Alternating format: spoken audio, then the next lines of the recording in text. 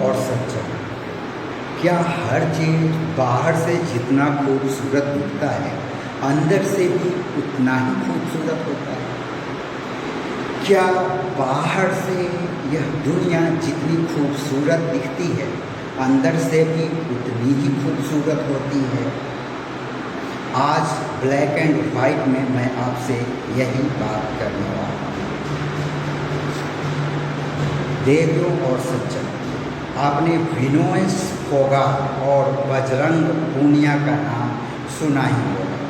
दोनों ही कुश्ती के धुरंधर रह चुके हैं, लेकिन जब इनका ओलंपिक में जाने का सपना पूरा नहीं हो रहा था, पहले विनेश फोगाट 50+ में खेला करती थी, 50+ वेट ग्रुप में खेला करती थी, लेकिन इन्होंने कुश्ती संघ के पूर्व अध्यक्ष बृजभूषण शरण सिंह पे सेक्सुअल हरासमेंट का झूठा आरोप लगाया और खुद को गैर कानूनी तरीके से अंडर 50 वेट में शामिल करके ये ओलंपिक तक पहुंच गए, लेकिन ये ओलंपिक का फाइनल नहीं जीत पाए, या यूँ कहें सेमीफाइनल से ही बाहर हो गए, क्योंकि इन्होंने सारा गड़बड़ झाला करके ही ओलंपिक में एंट्री ली। किसानों का साथ देकर विनेश फोगाट और बजरंग पूनिया काफ़ी पॉपुलर हुए थे। ये अपने आप को किसानों का मसीहा समझने लगे थे, लेकिन आज दोनों ने कांग्रेस ज्वाइन कर ली।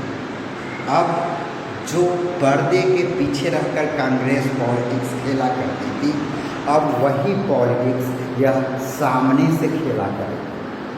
गाइस, ये सोचने वाली बात है कि लड़कियों का एक ग्रुप और उन्हें सपोर्ट करने वाला मेल्स खिलाड़ियों का कुछ ग्रुप अनैतिक रूप से कुश्ती संघ के अध्यक्ष के ऊपर सेक्सुअल हरासमेंट का आरोप लगा देता है और इस तरह कुश्ती के फाइनल जीतने का ख्वाब देखने लगता है। उसे लगता है कि कुश्ती संघ का अध्यक्ष हमारा सेक्स फेवर नहीं कर रहा है, तो चलो उसे उसके पद से हटाने की साजिश रचते हैं। एंड गर्ल्स, ये विनेश फोगाट और बजरंग पूनिया ही थे जो खुलेआम यह कहते हुए मीडिया में छा गए कि कुश्ती संघ के अध्यक्ष ने खासकर हरियाणा की लड़कियों का सेक्सुअल हरासमेंट किया, सेक्स फेवर देकर उन्हें टीम में सेलेक्ट किया, जबकि विनेश फोगाट रूल्स के अपोजिट जाकर अंडर 50 में खुद को ज़बरदस्ती शामिल कराए। क्या आप विनेश फोगाट की दावों पे विश्वास कर सकते हैं कि विनेश फोगाट और उनके ग्रुप की लड़कियों का सेक्सुअल हरासमेंट हुआ? बृजभूषण शरण सिंह कुश्ती संघ के पूर्व अध्यक्ष अब अपने पद पर नहीं हैं, लेकिन धीरे धीरे ही सही विनेश फोगाट और बजरंग पूनिया का राजनीतिक एजेंडा बाहर निकल कर आ रहा है। काश ऐसा कोई यंत्र होता जिससे कोई यह मेजर कर पाता कि इस आदमी ने किसी का सेक्सुअल हरासमेंट किस हद तक किया है, लेकिन अभी तक ऐसा कोई यंत्र हमारे वैज्ञानिक विकसित नहीं कर चुके। कांग्रेस आपको जितनी दूध की धूली दिखती है, उतनी दूध की धूली वास्तव में है नहीं। आप कांग्रेस का आज़ादी का इतिहास ही देख लें।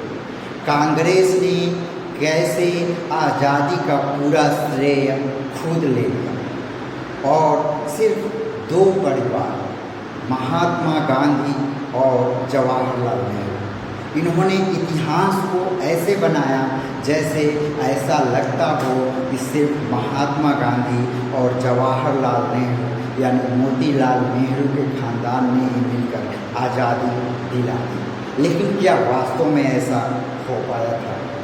क्यों हम बाकी क्रांतिकारियों को भुला देते हैं? जी हाँ, यह वही दोगली कांग्रेस है जो दोगली राजनीति करती है, लोगों को गुमराह करती है और वोट के नाम पे यह किसी भी हद तक गिर सकती है। सोचना आपको है। कांग्रेस ने विनेश फोगाट और बजरंग पूनिया का बखूबी राजनीतिक इस्तेमाल किया और अब उन्हें खुद के पार्टी में भी शामिल कर लिया है। देखने वाली होगी दोनों कांग्रेस को आगे किस मझधार में छोड़कर निकलेंगे। हरियाणा में कांग्रेस की जो बची खुची राजनीतिक वजूद है, शायद उसे भी कांग्रेस डुबोना चाहती है।